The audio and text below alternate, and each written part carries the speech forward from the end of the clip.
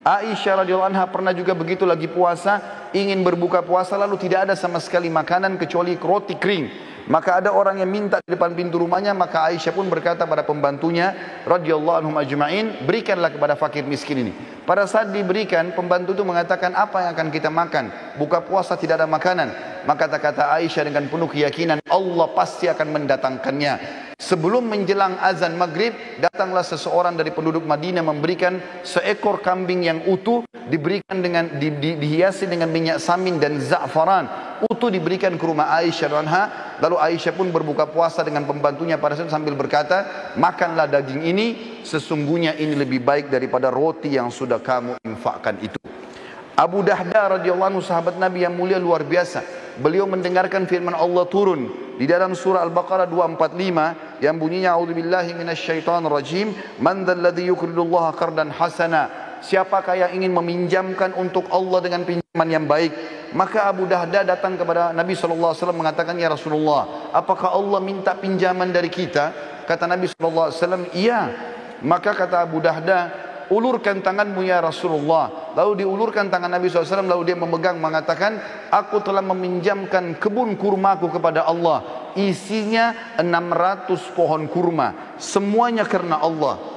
Maka diberikanlah kepada Nabi SAW, lalu Nabi SAW bersedekah dengan hal tersebut. Lalu Nabi bersabda, kam min azkin radahin li Abi Dardah fil jannah. Berapa banyak yang akan didapat oleh Abu Dahda balasan pengganti pohon kurma ini di surga nanti.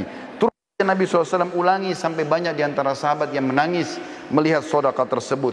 Abu Talha radhiyallahu anhu juga bersedekah dengan luar biasa. Beliau punya sebuah kebun kurma namanya Bayruha. Itu luar biasa indahnya dan ada mata air yang dingin di situ. Nabi SAW suka minum dari situ setiap harinya. Maka dia pun berkata, ya Rasulullah, aku telah membaca firman Allah dalam surah Al-Imran ayat 92 yang bunyinya, a'udzubillahi minasyaitonirrajim, lan tanalu birra hatta tunfiqu mimma tuhibbun wa ma tunfiqu min syai'in fa innallaha bihi alim. Kamu sekali-kali tidak akan pernah merasakan kesempurnaan dalam balasan pahala kebaikan sampai kalian menginfakkan yang terbaik yang kalian miliki, dan sungguhnya apapun yang kalian infakkan Allah Maha mengetahui. Maka dia pun berkata, sesungguhnya harta yang paling aku cintai adalah perkebunan kurma Bayruha, dan aku ingin menginfakkannya di jalan Allah. Maka Nabi SAW mengatakan, bakhin, dzalika malur ribh, dzalika malur rabih, wa qad sami'tu ma qultu wa inni ara an taj'alha fil aqrabin. Faqala Abu Talha, af'al dzalika ya Rasulullah. Artinya, sungguh keberuntungan kau hai Abu Talha, sungguh keberuntungan, hartamu ini menguntungkan sekali, dan aku telah mendengar kau menginfakkan di jalan Allah, dan aku memerintahkan kamu untuk memberikan kepada sanak kerabatmu terdekat. Abu Talha pun mengatakan iya. Sebagai penutup teman-teman, saya minta waktu sekitar 2-3 menit. Saya akan menyampaikan beberapa kisah berhubungan dengan pentingnya sedekah, dan ternyata dia bisa menyembuhkan banyak penyakit.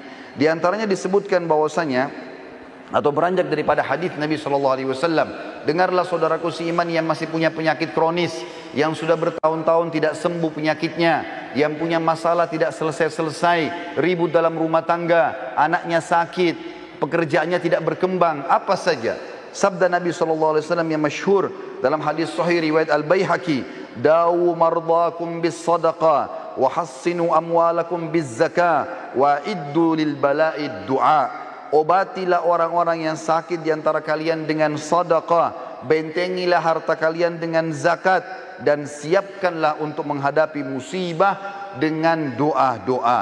Ibnu Qayyim berkata, setiap dokter yang tidak mengobati pasiennya dengan memeriksa hati, kebaikan dan kekuatan ruh, dan menguatkan hal-hal tersebut dengan memerintahkan pasiennya bersedekah, berbuat kebaikan dan kebajikan, juga bertaubat dan mengingat akhirat, maka dia bukanlah seorang dokter yang hakiki, tapi dia dokter yang baru saja belajar.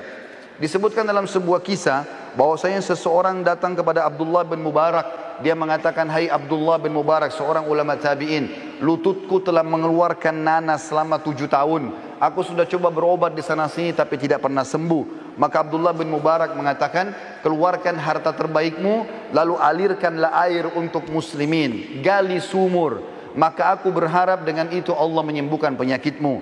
Orang itu pun melakukan, maka sembuhlah lukanya seketika pada saat itu.